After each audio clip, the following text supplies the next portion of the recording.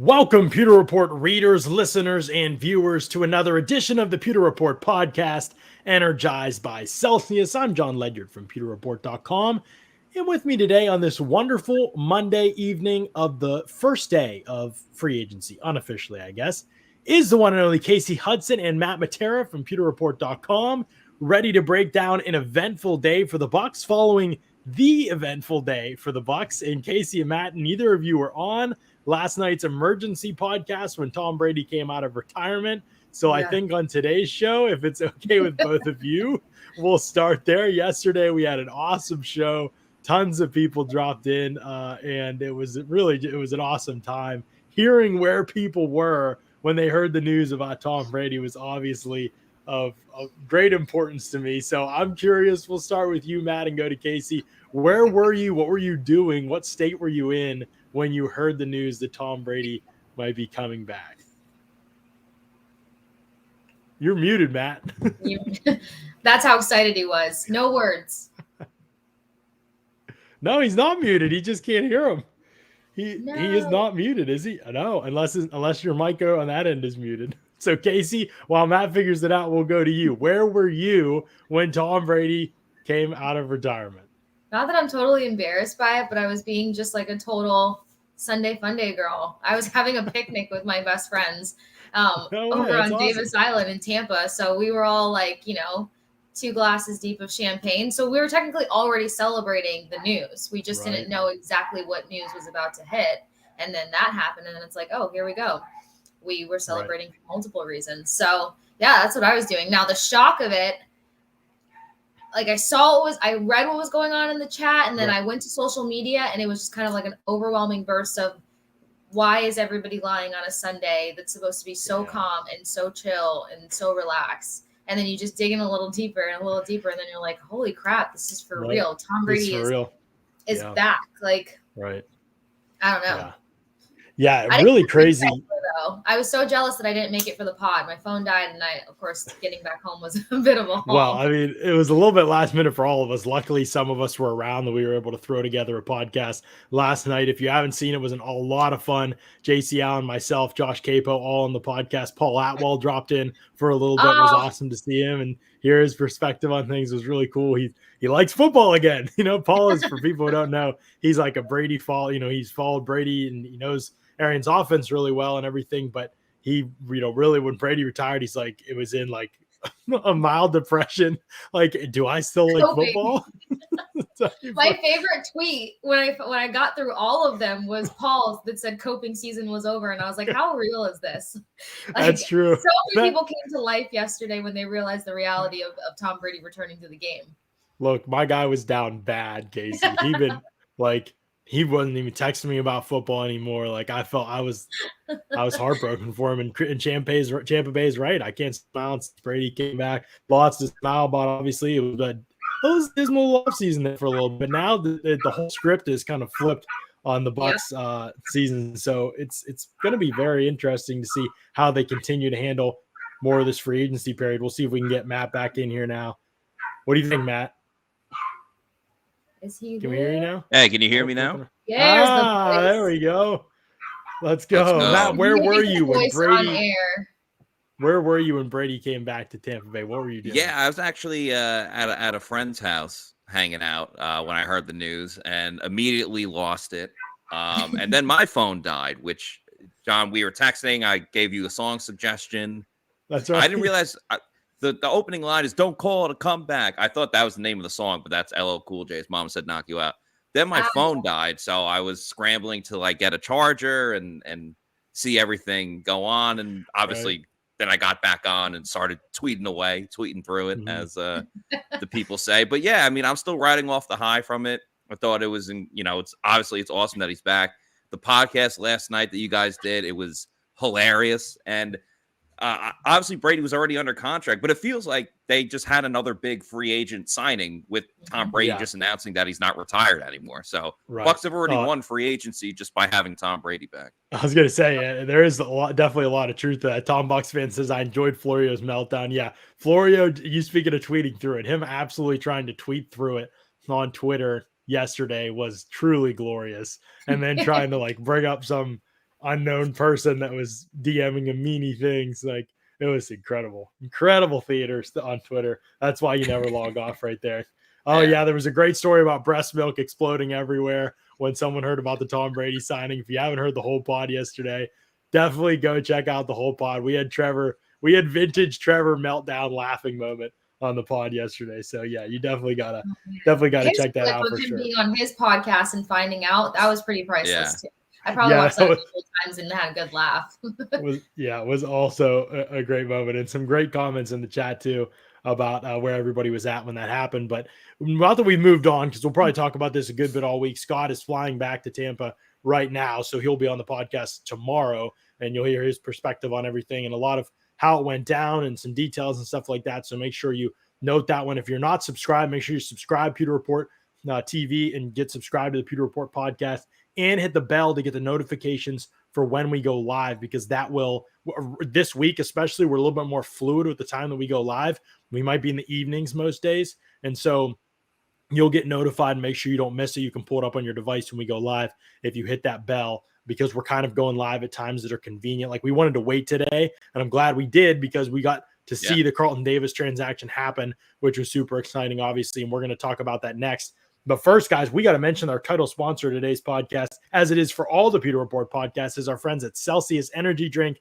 Celsius powers active lives every day with essential functional energy. I have finally given up. I've thrown in the towel a little bit, and I have a Celsius here with me, the sparkling orange pomegranate, because your boy is running low on sleep. And I can create my own energy pretty good, but once in a while I need Celsius. It gives you the boost without the crash you get from other energy drinks, and it comes in a ton of awesome flavors as well with no sugar.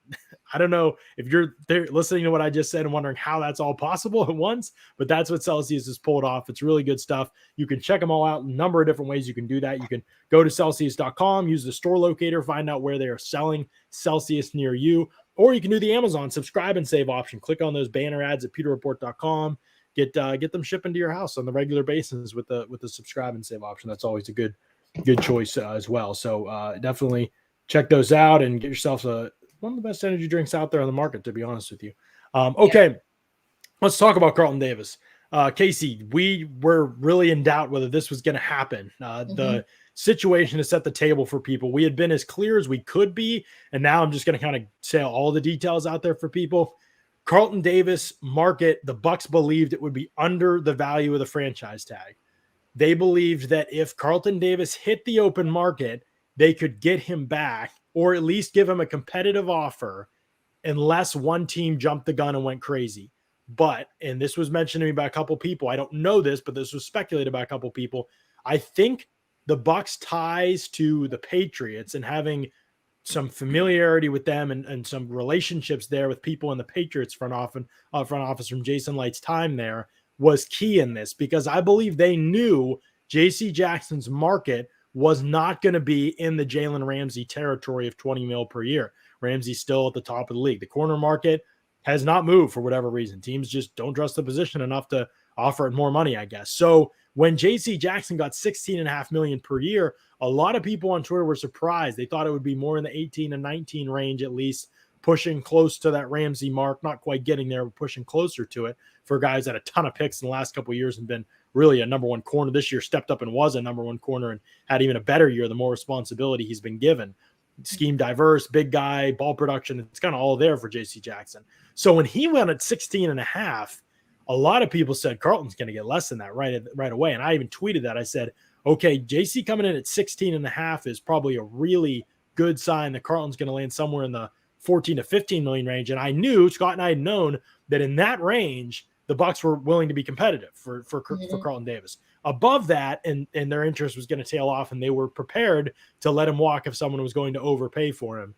They didn't have to do that because they were right. They played the market perfectly, and there's egg on my face because I said this should but they didn't use the franchise tag on him, and I thought that would end up being a mistake. Not that they didn't use it on because they obviously felt like they needed to in their situation use it on Godwin, but that they weren't even planning to use it on him was surprising to me because I just thought it was a risk not worth taking. Maybe it wasn't, but they took it and they were right because they got the market gauge perfectly. They got Carlton Davis back on a 3-year, $45 million deal, $15 million per year. It's terrific value. The term isn't too long. I bet, there's no void years, so they're not even kicking money down the road with this one. It looks like they've played the market pretty much perfectly. It's like A+ GMing, cap management. It's what the Bucs have been doing. It's why they've lost so few free agents and gotten everybody back. They just have a great beat on things, and maybe I've learned a little lesson to start trusting a little more. But Kasey, what were your thoughts through this process?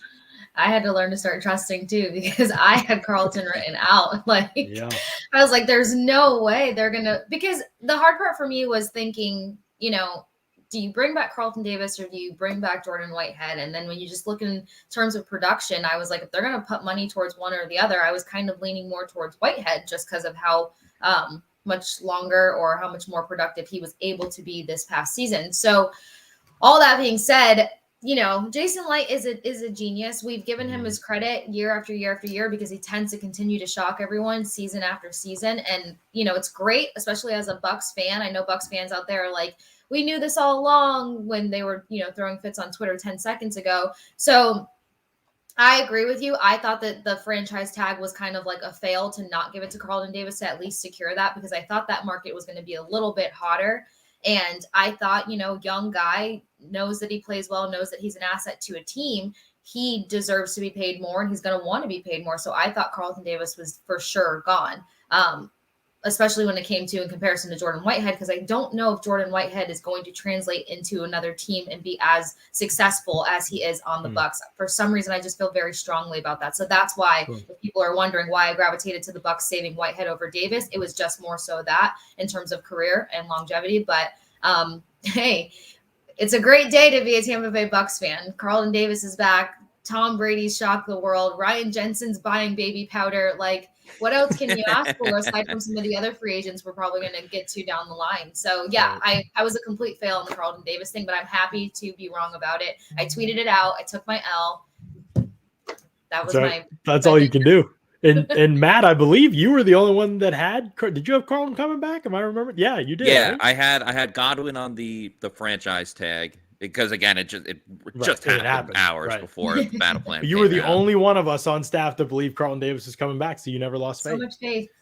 Gotta believe. Well, that's the Mets saying. Gotta believe. But yeah, you didn't think Jensen was coming back, though, right? No, that might have been some give and take. In a world where Tom Brady's not playing quarterback, I wanted them to get younger. But now that Brady's back, of course, go after Ryan Jensen. But yeah, first of all, Jason Light and the Bucs front office deserve a ton of credit. As you just said, John, they took a gamble with, letting Carlton go out to free agency, and they couldn't have hit a bigger home run than getting him for $2 million under what the franchise tag would have been.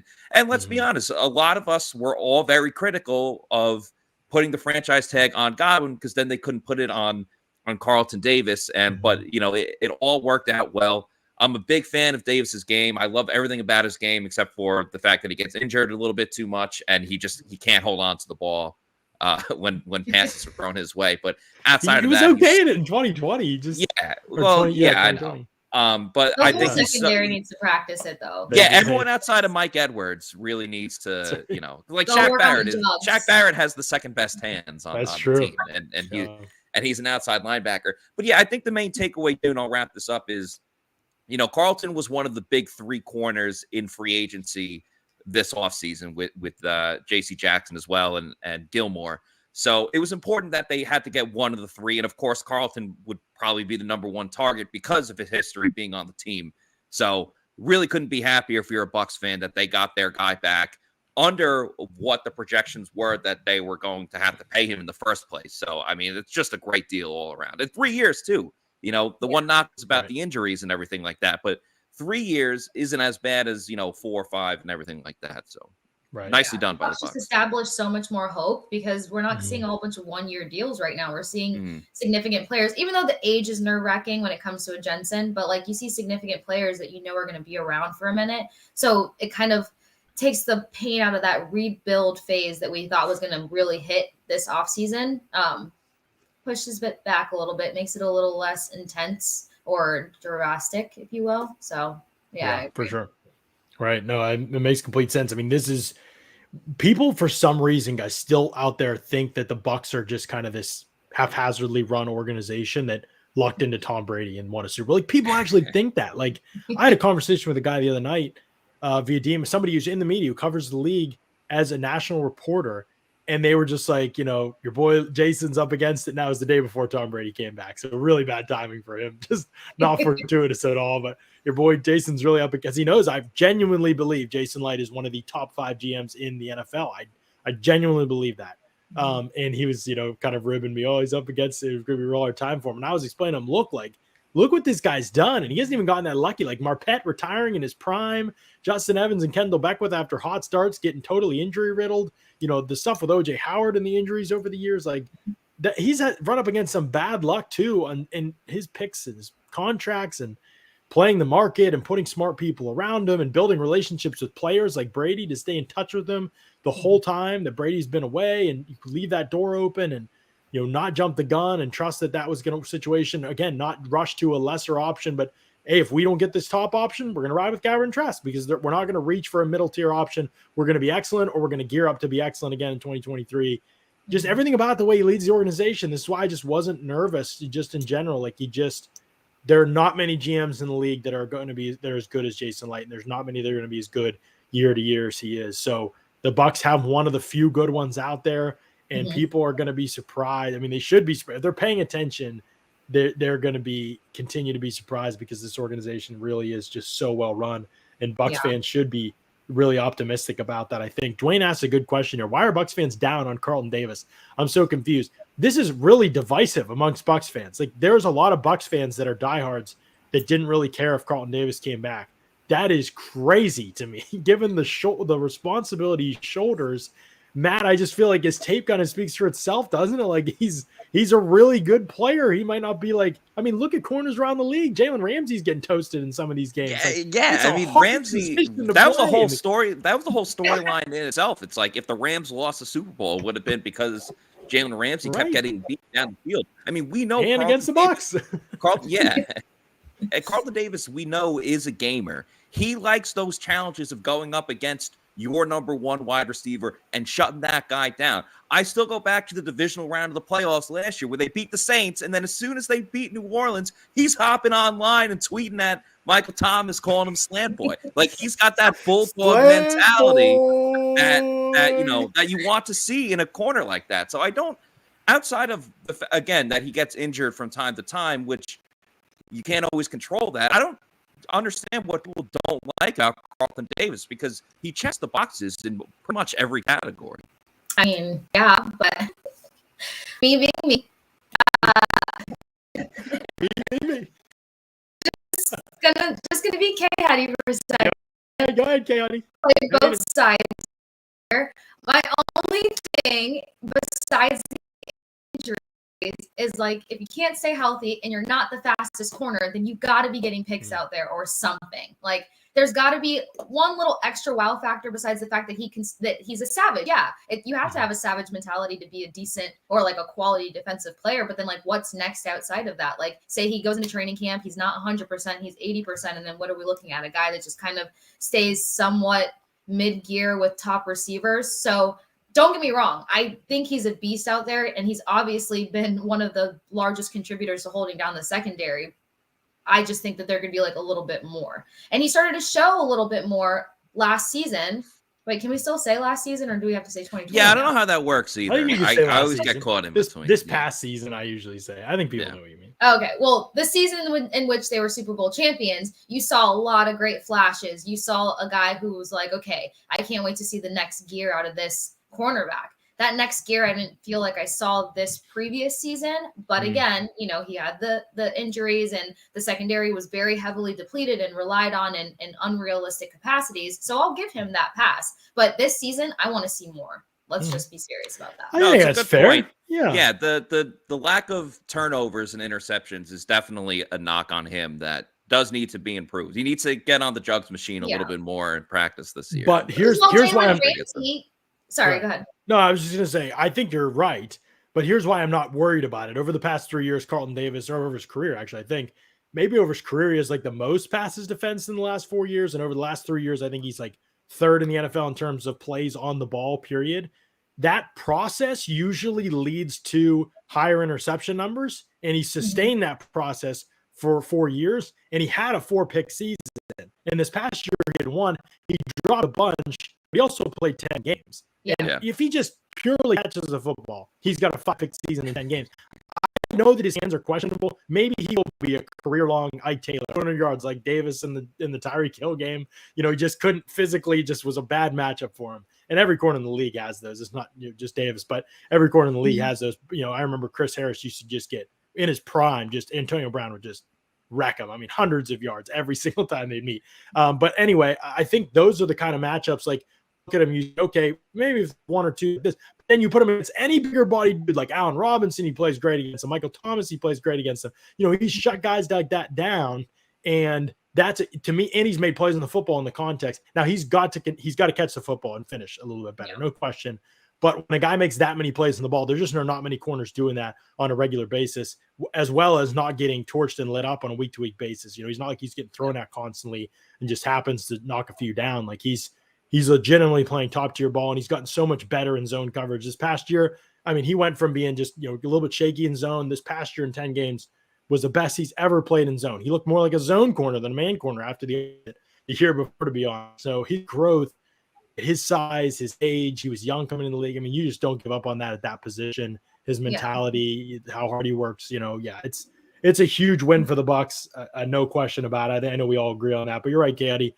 Got to get better in some areas for sure. $5 super chat from Leo. What'd you say? I said, just hit that next gear. That's right. The next gear. Take it to the next level. Yeah. I think it's coming for sure. Leo says, what have you guys been hearing about Godwin, Gronk, Lenny, post Brady returning? I also hope the Bucs maybe look at Landry or T.Y. Hilton for wide receiver 3. Let's talk about Jarvis Landry just for a second, because I think we're on different. Kasey, I don't know what you think. I know, Matt, you kind of like the idea, it sounded like, from your article, a Pewter Report, and from your tweets. I don't really like the idea as much.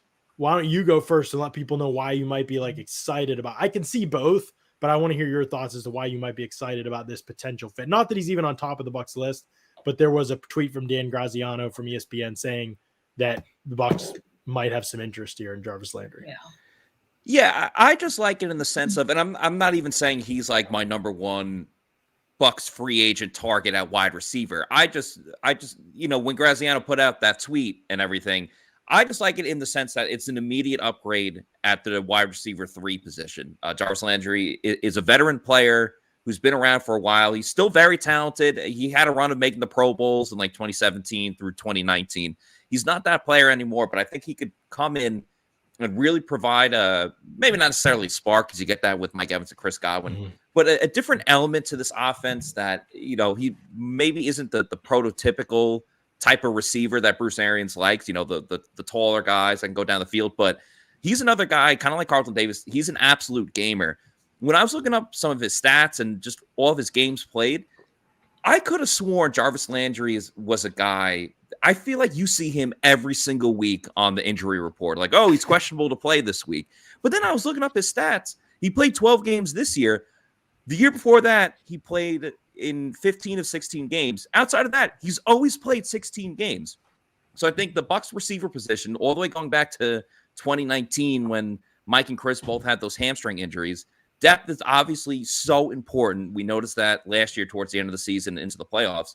I like having a guy that's going to be extremely durable out there. I know he's not always playing in an offense that goes vertically down the field like the Bucs do, but I think he could be really important on third downs if, you know, they're deciding to double Mike or Chris. I like, he's not as fast as he once was, but I think the timing mechanism with Tom Brady, it seems like an ideal receiver that could really match up well with Tom Brady. So I think just an immediate upgrade of wide receiver 3, Jarvis Landry, I'm with it. I'm for it. Yeah, I don't disagree with the Brady connection part. You know, well, the part of it just being because I think Brady can connect with just about anyone. He can work with anyone. Yeah, and he's tough, and he is after the catch, and he does make tough combat catches for sure. But Landry's never been like a very vertical player, so I just worry that he's going to get pigeonholed into being successful in a single role. And if he's not in that role with an ideal matchup too, that's an important part of it too, because people want to play man against the Bucs.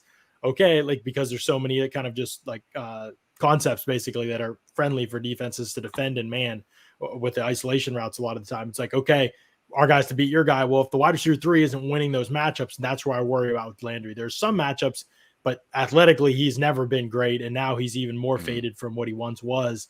So I worry about him in those matchups getting exposed. I also worry that he's like a slot only, and vertically, he's just not going to be a threat to anybody. And so it just allows you to focus on other players, focus on another player in the middle of the field. And it doesn't really open up options for you. So I want a wide receiver 3 that has at least like one trump card or like a really good all-around skill set, like a Juju, who I think can play a little more and be a little more vertical on the outside. And I worry that Landry just fits such a tiny role that you would need to basically split his snaps with a wide receiver 4, and they might become predictable depending on who's on the field. If the other guy, wide receiver 4, was like an outside burner and Landry's a slot only, now you don't have the mix and match stuff that the Bucs love. And that's why Scotty wasn't out there, right? He just was too predictable. Every time he's out there, you knew he was going vertical. Look up, go deep. One trick pony, right? You couldn't do anything else for your offense. That's what the Bucs felt. So that's what they wanted Perryman in there. They felt like he could be a little bit more versatile. It didn't really work. They want Tyler Johnson to be that guy. Didn't really work. He played outside a lot of the year. Then he played inside when Godwin got hurt. Neither were good. So they need to find somebody like that. Maybe they can keep them a little more scheme diverse. That's why they taught Evans the slot, so he can be more diverse. And, so all of those things kind of play into it. But Landry's interesting. We'll see what happens there. I could see some traits that the Bucs would like.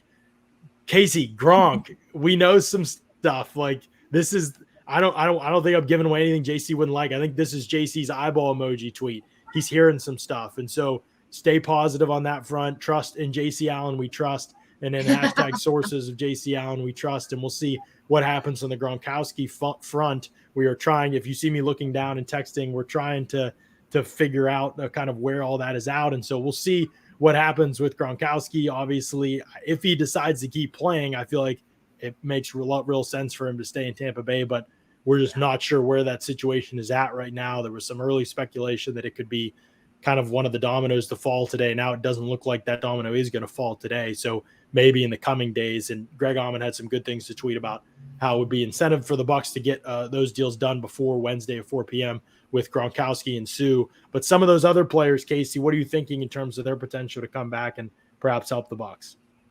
Well, I think Gronk's kind of a no-brainer. I mean, he's not playing for money at this point. Gronk's playing because he loves football, and more importantly, he loves Tom Brady. So, I think it was one of those things that if Brady didn't come back to the game, I could totally see him just wanting the fun idea of playing with a Joe Burrow and, having a time for one more season, maybe 2 more seasons. But I think it's telling to the fact that everybody knows the dynamic between Brady and Gronk. I don't think you would see Brady back in the game without his right-hand man, for one. For two, it's doable in terms of, the Bucs capital and what Gronk would really need or want back. And I'm sure he'd be more of an incentive guy versus needing a fat contract. And him working out at the Bucs facility still, that's also something, because when he was on his way out from the Patriots, he was more so doing his own thing. And if you think about it in a larger term, like his family owns a fitness company. So Gronk doesn't really need to go to Bucs facility to get his workout on. That's relationship, that's chemistry, that's continuing to, keep something going rather than ghosting or just kind of being gone for a while and then trying to pick up where you left off coming back on the later end of it. So I definitely think Gronk's a shoo-in, and that'll be situated in the next day or 2. I'd be shocked if we didn't have Gronk locked in by Thursday. Yeah, could be a possibility for sure. We'll see what happens out there. Leo, again with the $5 super chat. Thank you, Leo. Listening to some Boston media this morning. Now they're saying Brady wasn't able to force his way out, so he's stuck with the Bucs. Yes, that was the idea with a 41-day retirement to make yourself very tradable. I think things like, just got I guess I got to play now. First of all, you're talking about a guy. You're talking about a guy who loves to control the narrative on everything. And if you don't believe that Tom Brady is a control freak about the narrative and how information gets released and how everything happens, just look at how Bucs as a whole, from the staff to the players, changed the minute that Tom Brady came through those doors. Interviews were conducted differently. The way players speak to the media changed. Everyone really started to restructure their communication skills to be like Brady. That was the number one sign for me that something was off. And then, there was just a lot of drama playing into so much of whether or not Brady's coming or going and all the other stuff that was taking place. I think Brady just needed silence. So he said, I'm retiring. And then when he was done with the silence, then he came back and look what he's doing.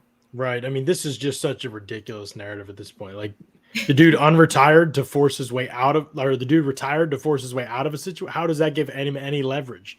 Like, that doesn't make It's any not about sense leverage. at all. It was just control. Like, Yeah, it he just got to doesn't. shut everybody up because then he was done. And then he got so much praise for being done. And I don't know. I mean, Yeah, you can't imagine. I think he just literally wanted to play football still. Like, I don't know why it's more than that to people. Like, he just stopped playing football and he was tired of the season, and then he just wanted to play again. Like, he realized it was just momentary fatigue and he wanted to play. And all these national people that try and, especially not even national people, people at ESPN NFL Network now, all sorts. Yeah, it's the people at some of these other places. Like, just, I don't understand, man. This is not that hard of a situation. Like, it is very clear what happened. It's very obvious. Everyone involved is on the same page. They all understand. Like, you stop doing something and then you realize you want to still do it. That's it. Yeah, like, it's a human being. He's still. allowed. Like, Exactly. He's allowed to change his mind.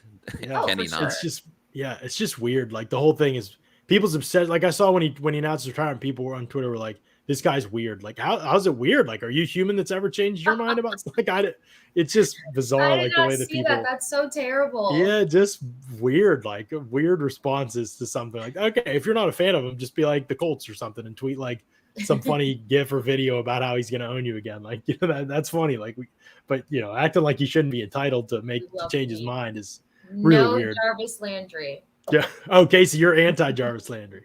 I am. Yeah. I think he's become very one-dimensional, and I don't think he'd be very significant or helpful here. And you made a really valid point. He may be able to go on the field and do certain things, but he would still end up splitting up reps, and that role would still need to be shared with somebody else. And in terms of just kind of alleviating the whole wide receiver 3 situation, I think you just go with somebody that can at least, benefit you with not having to split reps or be one-dimensional. And I feel like, I don't know why, but for some reason I feel like it might take him a minute to get situated and on the same page with a Tom Brady. While Tom Brady is Tom Brady and he's an amazing quarterback, something that I noticed when he first went to the Bucs and then the second season, obviously, is that it's the wide receivers timing-wise that take a minute to get used to his speed, his pace, and his release. And I don't know where Landry's health truly lies. So adjusting to a speedy quarterback like Tom Brady that can make very rapid, precise decisions, I just feel like it'll take him a minute to get acclimated. So it feels too much. Mm-hmm. Yeah. Especially when you're waiting out for a guy like Christian Watson. Like, I just want to know what jersey number he wants. Guy's not even a Bucs fan. He grew up there. We just need to know what jersey number. Steelers fan, though. So really good sign. Really good sign, I think. Manifest that with me. You know how that works. Oh, I know how it works. I hear you. I'm vibing with you. No question about it. Common Sense says all these wide receiver 3 options have a bad injury history. Let's dive into the wide receiver 3 discussion. Then we'll talk about Alex Cappa, obviously. But the Bucs priority is basically, I mean, yes, they want to bring back some more of these free agents. Jordan Whitehead, Rob Gronkowski, if possible, Leonard Fournette, we'll see. I think Ndamukong Suh, Will Golson, I think they want to, again, they can play in Tampa, and all 3 of the 1 year, the 1 year situation, or Gronk and Suh at least, and then Golson may be a multi-year situation. But all 3 of those players, if they want to keep playing, we already know Suh does, I think we'll be back in Tampa Bay. I know some people wanted to get younger on the defensive line, and I get it, but look at free agency. There's run stuffers that are out there, but why not just get the run stuffers that know your system, that aren't that expensive? And Suh and Golston. If there was pass rush upside out there, much of it, I would say, okay, go for it. But there isn't there, and there isn't in the draft, really. It's hard. You can't really bank on Devontae Wyatt being there in the first round. I have one free agent proposal I'm going to throw out at the end of this podcast. Chat, don't let me forget that I'm going to throw it out at the end of this podcast. But that's how I feel about the defensive tackle group. And then I mentioned Fournette. I still think it's a long shot. Whitehead, total wild card. He retweeted the Carlton Davis stuff and seemed excited, but I have no idea what's going to happen with Jordan Whitehead in the coming hours. But let's talk about wide receiver 3 in this situation. Before we do, could everybody in the chat, if you're in the chat and you're watching right now or you're viewing this stream, could you give us a thumbs up, give us a like on the YouTube page? If you're watching on another platform other than YouTube, that's awesome. If you could flip over to YouTube, that's even better for us. It also helps us when you give us that thumbs up, boosts our YouTube SEO, helps more people find us. Also helps when you hit the Pewter Report podcast subscribe button and hit the bell as well for the notifications for when we go live. We greatly appreciate that. Going live all week, every day, talking Bucs free agency. This wide receiver 3 spot is tricky because the Bucs clearly have to upgrade there. There's been enough whispers that they're looking at some of these wideouts, that they're in on it, but they also will not and cannot, in their mind at least, afford to spend a lot of money on this position. So it is going to be very interesting to see how they vet out the options that are out there. I'm looking at our tracker right now, and I don't know if I'm going to give you guys a couple minutes to pull up a tracker or think of a couple names maybe that you want to mention maybe. But I know Allen Robinson is going to price himself out of a place like Tampa Bay as much as people would like to see that happen. I don't think it's going to happen. Odell Beckham might miss the entire season with injury. So let's just take those two big names off the table right away. Then there are other options out there. You know, people have asked about Juju Smith-Schuster. Do I think it's a possibility? Seemed like he had some teams that were interested in him. It would be very weird to me if Juju Smith-Schuster waited till the end of free agency last year, had like basically 3 one-year deals for $7 to $9 million on the table, and then just missed an entire season due to injury and didn't do anything when he was healthy, and his market was better this year. That would be weird, but maybe that is what's happening. I don't really understand it, but other than that, it's hard to find a guy that you know is going to be an upgrade at wide receiver 3. So you almost are looking at where to take chances. Kasey, what do you think about the wide receiver 3 market right now and some of the options that are out there? Anybody you like for the Bucs? You know, I do like the Juju option, honestly. Not particularly because he's going to be the fastest or, you know, I think a lot of times people keep looking for speed and referral to that wide receiver 3 slot. But what I did like about Juju is his like yards after catch ability. He's a strong guy, and that's really significant in very particular games. But after reading through everyone's stuff, it was Byron Pringle that really stuck out to me. And I was kind of like, why not? This could really be a nice fit here. Very comfortably. I know a lot of people keep asking about Cordell Patterson because he's kind of a hybrid between wide receiver and a running back. I just feel like money-wise, you kind of hit it on the head. They're not going to really dump a bunch in here. I definitely feel strong about the fact that, you know, they're excited about a healthy Chris Godwin, you know, being back, Mike Evans continuing to do what Mike Evans does. I think that there's going to be a little bit of rope there for either Cyril Grayson or Brashad Perriman. Now, as much as I was cheering for Brashad Perriman all season long, I do agree he has brick hands and you can't have speed and not be able to catch the ball. But I feel like there was a lot of hope riding on Cyril Grayson's growth.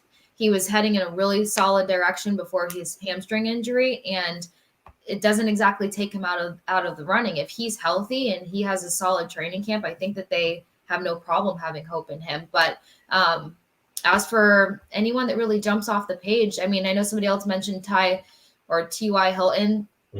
You're 5'10", 5'11", 180 pounds wet, and you haven't broken 1,000 yards in almost four seasons. I just don't see any kind of upscale there or them wanting to put much hope into him coming to the Bucs and all of a sudden taking off.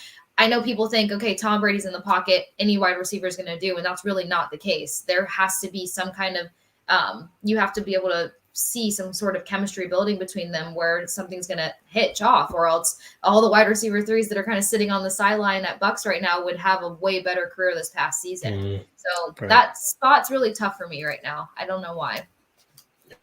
Matt? Yeah, I truly think if the Bucs are going to go with the wide receiver in free agency, I feel like it's going to be a veteran player that is looking to get that first ring, but might be willing to take a bit of a smaller contract because one, and it's the beauty of having Tom Brady back, is people want to play with Tom Brady. It's been clear and evidence in the 2 years that he's been here.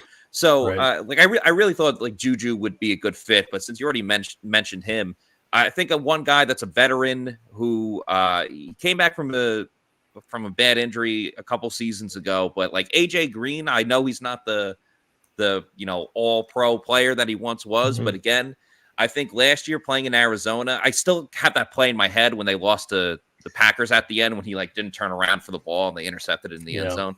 So that will stick in my head for a long time. That really bothers me, but I still think too, he kind of learned how to play last year when he doesn't have to be the number one guy in the system. He obviously did that a ton with Cincinnati, but like a veteran guy for a cheap deal that still has some gas left in the tank, but clearly isn't the same guy. I still think he would beat out like Tyler Johnson and Scotty as the number 3 receiver.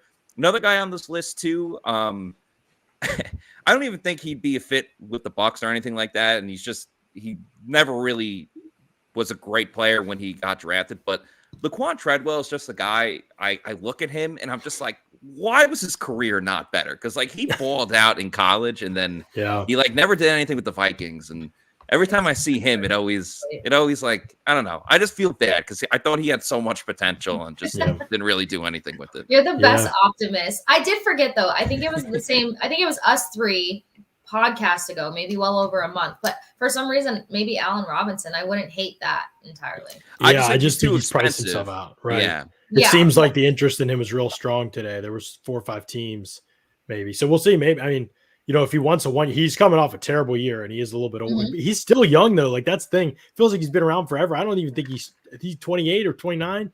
I think he's like 28. Yeah. He's definitely not 30 anything. Yeah. So he was like one of my first drafts. I like his build per se. So I mean, if he wasn't out here, he'd be great. He'd be a great option. Then I like he'd be a great option. Great option if they could afford it. They're just not going to sink that kind of money in. I think. Orange Sherbert with the $10 super chat. Thank you, Orange. Sorry if you answered this already. How much of the Brady effect is at play with Jensen and Davis signing so quickly without testing the market, as we heard initially? Well, I don't think and you guys can say if you disagree with me, but this is kind of based on what I'm just observing, but kind of based on what I know too. Like Jensen 100% wanted to come back to Tampa all the time. It was really about what the price was going to be. How high was Tampa going to go for him? And I think then when Brady came back, he was just like, I want to do this.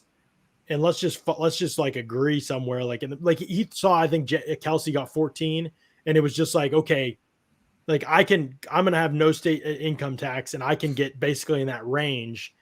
Basically we're like me making 13 in Florida is different than you making, in Pennsylvania making 14 or whatever. It's going to be about the same thing. So like, let's finish this thing out with the GOAT, let's finish this thing out in Tampa, which he did not want to leave. Remember he cried in his end of the year press conference. Yeah. Ryan Jensen was crying like, because he was that emotional about leaving. So I really think he wanted to come back and was going to be back anyway. If anything, Brady just affected the price tag a little bit, gave the Bucs a little more leverage in terms of being able to get him for 13 and not 13.5 or 14, something like that. I think, if anything, Carlton, I don't think there's a relation. He wanted to test the market. He found out quickly in a few hours. And then when JC Jackson was official at $16.5 million, he knew he was not getting what he wanted. And it wasn't worth, Tampa Bay, again, no state income tax factors in probably for these guys. 15 mil there is about the same as 16.5 mil somewhere else. He knew he wasn't getting what Jackson got.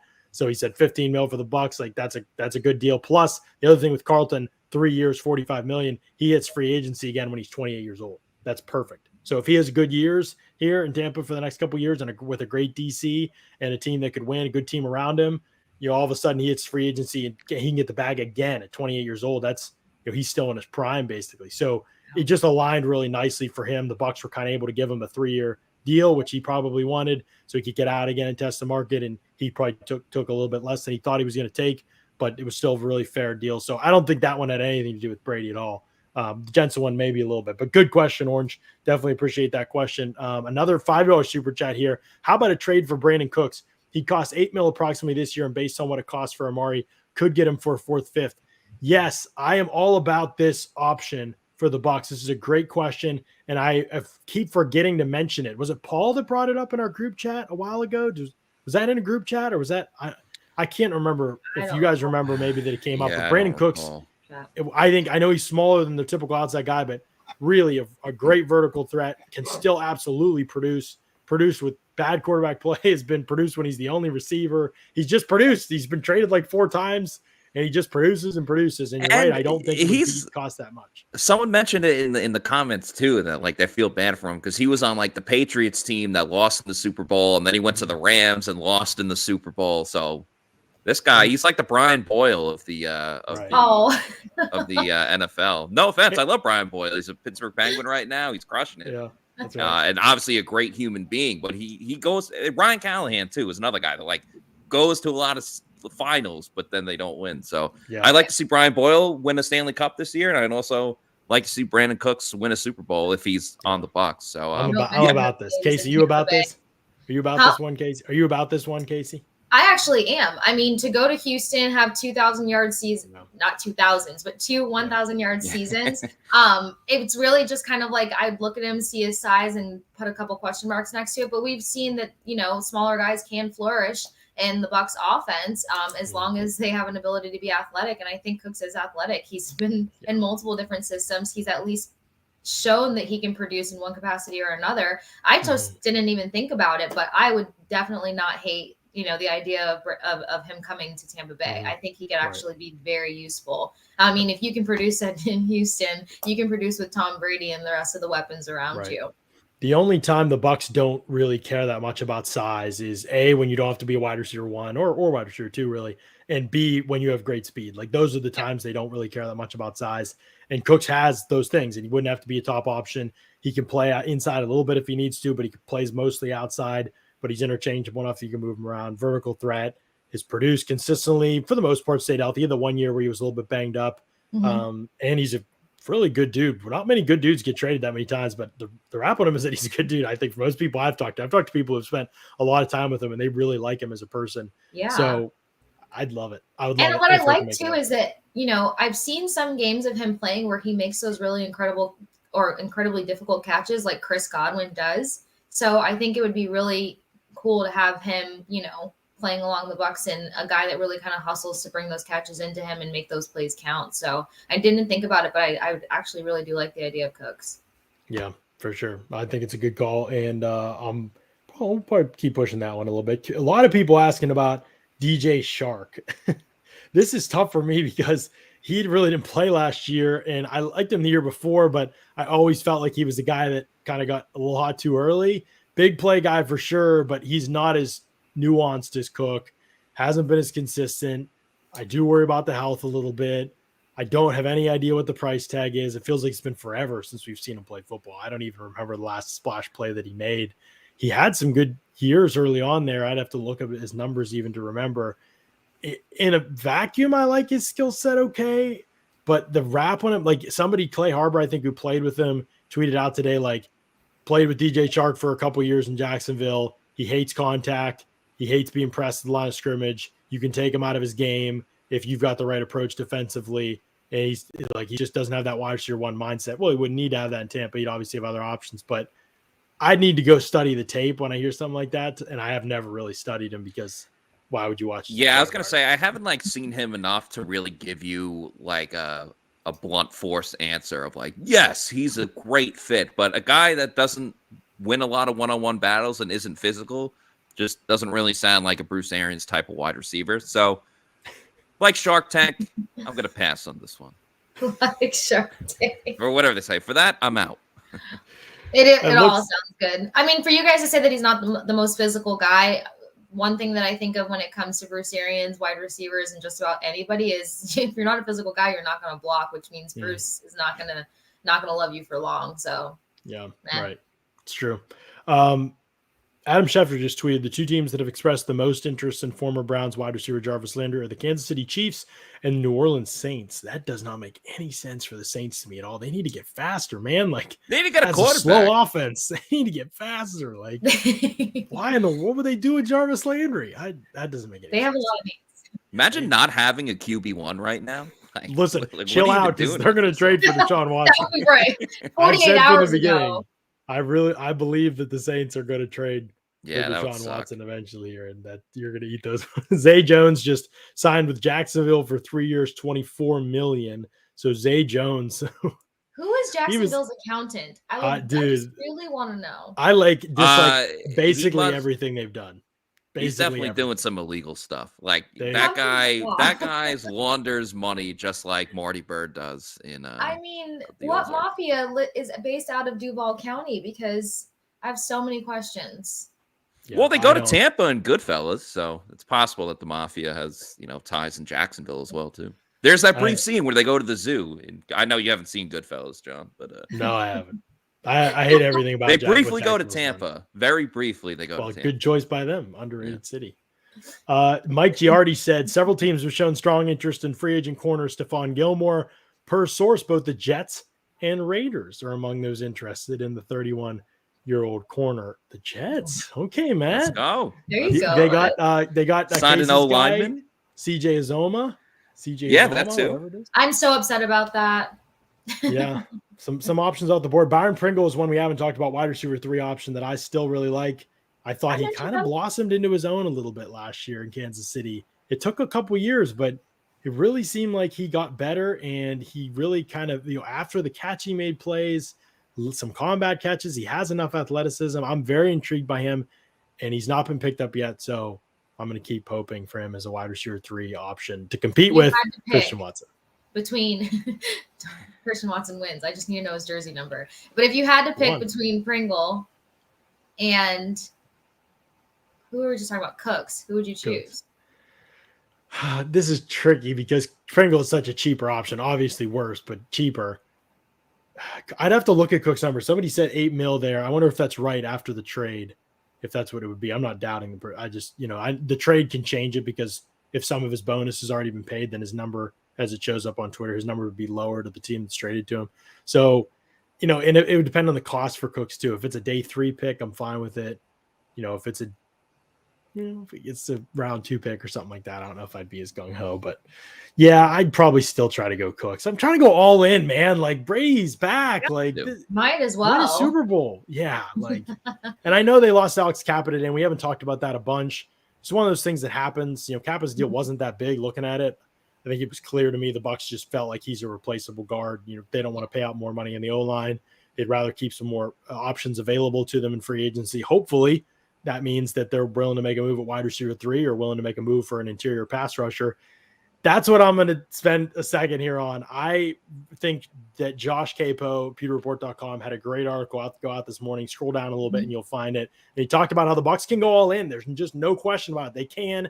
There are many ways to create cap space for this team to go all in, and they have very little money on the books in future years. So there's a ton of flexibility to push money down the road and not even be in trouble because the cap is going to go up so significantly the next couple of years, where that had not been the case in years past. The game is about to change in a lot of ways in that regard. I mean, the Saints have been doing this for 20 years, so it's possible. Like, you could stay a contender if you play your cards right in other ways.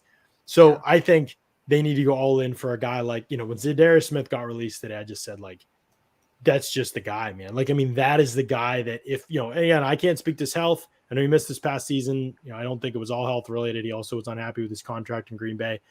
I know the price tag is going to be what it is. You're going to have to pay him a little bit for sure. No question. But I mean, that's a guy that can rush inside, can rush outside, can play. You can move JTS around, gives you so much flexibility up front. It's the quickness you wanted next to Vea. All the games Todd Bowles likes to run, he's terrific at those. The Packers just moved him around, hunted matchups, and got him 25.5 sacks over the last 2 years before he got hurt this past year and only played like 18 snaps. I mean, he's still 29. Like, this is a player that's good, and there's no reason to believe the injury stuff will continue to follow him. He's been healthy throughout his career. He was a little bit of a late bloomer, but it's the perfect kind of player that Tampa Bay should be looking for to put their defense over the top. One difference maker like that, who can be a double-digit sack guy, can move around, but his price tag's not going to be outrageous this year. I mean, he's going to be probably, I would guess, in the $13 million a year range. And yeah, that's a big contract for a team like the Bucs, but they can do it. If they want to do it, they can do it. This is the kind of move you make if you're all in and you're willing to take some chances. The Bucs went all in 2 years ago. They took some chances. It didn't bite them in the butt that year, and they won a Super Bowl. The Rams went all in. They took some chances. It worked out beautifully for them, and they won a Super Bowl. That's how you win in today's NFL. There's too much parity everywhere else. You go all in on talent, and you make some moves like that. That, to me, is what this team has to do. Like, this free agency period, they get their own guys back. I get it. That was a priority. Now I think this day you got to go. You hope Gronk comes back and Sue. Those are deals you work out quickly once those guys tell you we want to come back. But I think you got to go and you focus. You want Whitehead back, but you got to focus on looking at free agency, saying who can we can make one splash with an impact pass rusher, with an impact wide receiver 3, with a trade, with another corner if that's how they feel. You can never have enough good corners. I'm all about that. To me, that's how they have to treat this free agency period, Kasey. I think it's that important. Brady just came back. You got a new lease on life. Like, you have no idea when this opportunity is coming your way again. You can figure out how to replace a guard or a strong safety. Like, those are not back-breaking moves in terms of losing those guys. Good GMs, average GMs can figure out how to replace those guys suitably enough to win, to contend. I mean, look, the Rams, you don't even know their guards. Like, it's just like you can do that, but you can't do it without a wide receiver 3 that can make some type of an impact. You can't do it as easily at a position like that. You can't do it as easily at a position like cornerback or at a position like pass rusher, interior pass rusher, where those guys are rare, guys that can move around, play on the edge, get double-digit sacks. You have to pay out for those guys. You have to take some chances. And to me, those are the kind of guys you got to go for. I think the window's open for them. They don't have to take $1 million, but go make a big splash and bring some new fresh blood in from the outside that can make an impact for this team, especially if it's wide receiver 3, awesome. But if it's defensively, I think that's a big deal. Well, yeah, because I don't think that you can do enough at defense. The more solid you are at defense, the more hope you have, because in the thick of those tough games, it's your defense that really pulls through for you. Or what do they say? Defense wins championships. I mean, I couldn't agree more. If you're going to, you got one more breath of fresh air. You got one more chance to really take this all away. And thinking of all the adversity that the Bucs dealt with in this previous season and still how far they got, and the fact that they carry that NFC South championship, the excitement is still very much there of what they're capable of doing next season. So why not give it that extra nugget of hope to think, let's really cross the finish line this time. I think between all the injuries that they dealt with and the depletion to the defense before the offense started to really take a hit, really just kind of speaks volumes to the fact that they should stack up defensively, make sure that they have reliable depth, make sure that they're not overexhausting their lead defensive players. And I thought Josh's article was brilliant. I actually, loved the breakdown on it. I love the fact, and I'm pretty sure because I recently read it, but it was like opened up $45 million of cap space. And that was before the Carlton Davis deal went down almost positive. So that's just, there's so many ways to make this work. And as you said, if you got Tom Brady for possibly one more year, something you didn't think was going to be the case 24 hours ago. Give it all you got. Give this team everyone that they need to be a well-oiled machine to really fight for the Super Bowl and to not be stumped in playoffs by, silly situations, if you will. Right. Some people talking about Tyler Lockett, another trying to get Josh to let us know what that would be via trade. But yeah, I love that idea as well. Paul brought that up yesterday or 2 days ago, maybe in our group chat, that could be an option for a mid-round pick. That'd be huge if Seattle really does that. There were some early reports they had him on the block. I don't know. I haven't seen much since then. But again, those are the kind of moves that you make, right, Matt? If you're all in, what do you feel about this all-in proposition, Matt, and going in to win this year? And maybe next, if Brady comes back, then extension's possible. It could be a fake extension just to clear cap space, which is fine too. But I don't know what's going to happen along the road. I don't think Brady does either. But this year is what's promised to you. And I think you're just going to kick yourself if you don't go all in to win and bypass some of these other teams. Exactly. I'm 1,000,000,000% down. You have to go for it now. It was only 40 days, but we had 40 days where we saw how Tampa Bay would look without Tom Brady, and it didn't look great. It was looking like it's a rebuild, but now that Tom Brady is back, it's an absolute new lease, new outlook on the 2022 NFL season. You have no excuses not to absolutely go for it all. Like, there's no reason that should be like, we're almost there, but like this contract is just too much. Like, we can't go for this guy. The Rams aren't regretting that. And, when the Bucs won it all in 2020, that was it was just an amazing feeling. You sensed it throughout the entire city. And Tom Brady, even coming back when he made the announcement yesterday, you're pretty much getting that same feel. There's hope out there. So sure, even if it's only for one season, there's no reason to not exhaust every single option that you could possibly have to absolutely go for it. Because when Tom Brady retires for the second time, the Bucs are going to be in the exact same boat that they were prior to yesterday. So It doesn't matter if you have to give up, an extra draft pick, an important draft pick down the road, because the glory of winning will be absolutely worth it. So even if it hurts you a couple years down the road, if you have to trade certain picks or maybe add on a little more money that might hurt you down the road for a certain player, you have to go for it now, because you're never going to be in this position again with the greatest quarterback of all time, already winning one Super Bowl, but having a great chance to win another. I mean, the NFC, again, we'll see what happens with Deshaun Watson. The NFC is wide open, all right? It's the Packers, but they didn't add anyone new. Obviously, Aaron Rodgers is back, and that's huge. But it's the Packers and the Rams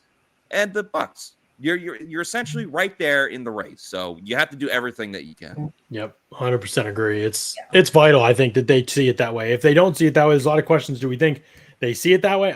I don't know. I honestly don't know. I think that they're saying all those things. Will they? Let's see. I mean, last year was about bringing your own guys back, and who could blame them? They just won the Super Bowl. The team was loaded. There was no obvious hole. There was no obvious weakness necessarily. They need to see improvements. Now I think there are obvious things that need to get better. The 4-man pass rush has to be better. They need another interior guy. They've recognized that. Bruce Arians called it their biggest defensive need at the combine. He described the type of player that they're looking for. Not many of those guys out there, and one of them just became available and you should look into it to see if it's a possibility to get Za'Darius Smith in here. Another one, wide receiver 3, obviously, because they went through like 15 dudes trying to find one last year. They know it isn't one of the guys on the team. There's no been any, it could be this guy. No, they got to get another wide receiver in here, maybe 2, and maybe it's the draft. And I understand that. I love the idea of going to the draft. Even if you traded for a guy on expiring like Cooks or I don't know how many years Lockett has left on his deal, maybe just 1, 2. But if you trade for a guy on expiring, awesome. Then draft a wide receiver. He can replace that guy in a year. You're obviously going to have to get cheap at that spot anyway. But there are affordable, possible options, and screw those draft picks, man. Like F them picks, man. Tell them, man. F them picks. Like, absolutely, Michael Jordan style. Like, are you kidding me? No, no. Like, don't tell me about what does Tom Brady care about. What does Tom Brady care about future draft picks? It's not his problem. The chances percentage-wise that pick is going to do in 2023 is going to do for you what Brandon Cooks could do for you in this offense. Yeah, in the year of our Lord 2022, let's go after it, man. You have no idea. Yeah, it's a gamble. But somebody did ask, like, how all in do we think the Bucs would or should go? I didn't particularly read it all the way, but hopefully they're watching this pod.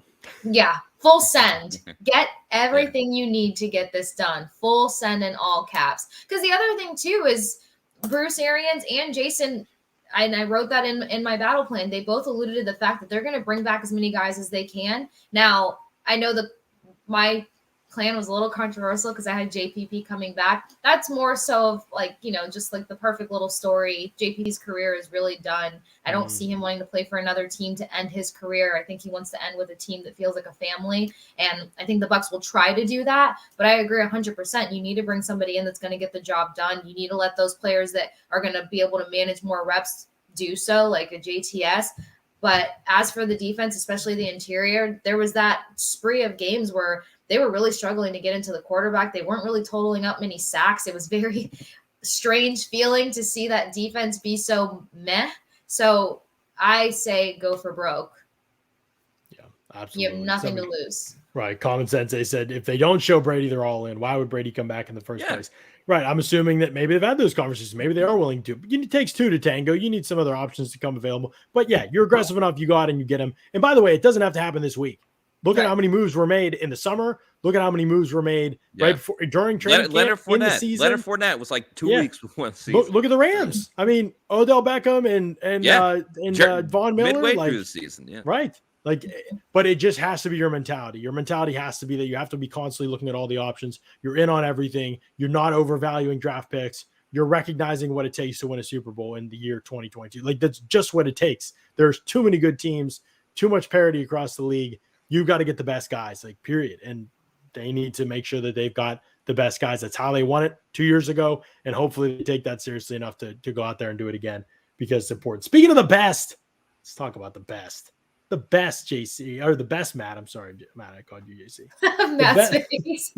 That's like, the best place to take your family for some food, some bowling, and some fun is with our friends over at Pin Chasers. Tell our friends, tell the people, Matt. I will tell the people you are missing out if you're not going to Pin Chasers. Excellent place to bring friends, family, set up an outing, throw a birthday party there. If you got a birthday party for your kids coming up soon. They have different deals. I'm talking literally every single day. You want to go tomorrow on Tuesdays, get all you can eat pizza. The entire grill is underrated to begin with. They got waiters and waitresses that will bring it right to your table. So you don't even really have to lift a finger other than trying to wave over a waiter or waitress to come and take your order. They got all you can bowl on Thursday nights and $1 Miller Lights. If you go to pinchasers.net, you can see all the different deals, prizes, different fun things they got going on. Anthony, the owner, is a huge Bucs fan. He has season tickets. So if you go to Pin Chasers, you're helping out a fellow Bucs fan. They have multiple locations that you can see on the screen right there. So make sure you go to make sure you go to pinchasers.net for all of your bowling needs, wants, and wishes, and Pin Chasers will take care of it for you. Great stuff from our friends at Pin Chasers. Absolutely love it. Somebody said they should need to change the name to Ring Chasers. Oh, with the I Bucs will getting Brady back. let Anthony Interesting. know. Yes. Okay. Hey, we appreciate everybody jumping in here. Great show. As always, hit the thumbs up before you leave. Give us a like on the show. Helps boost our YouTube SEO. Gets out to more people. The show grows. We grow. We all get rich. We give the money back to you. Yeah, I don't know. I haven't played that far ahead, but that's how it works. So we appreciate y'all jumping in here, tuning in with us, talking some Bucs free agency. More moves are coming. More moves and news are on the way. Make sure you're following along, pewterreport.com. Tons of stuff up there, including the up-to-date free agency tracker, position by position. You can check and see who's available at each position as you go down.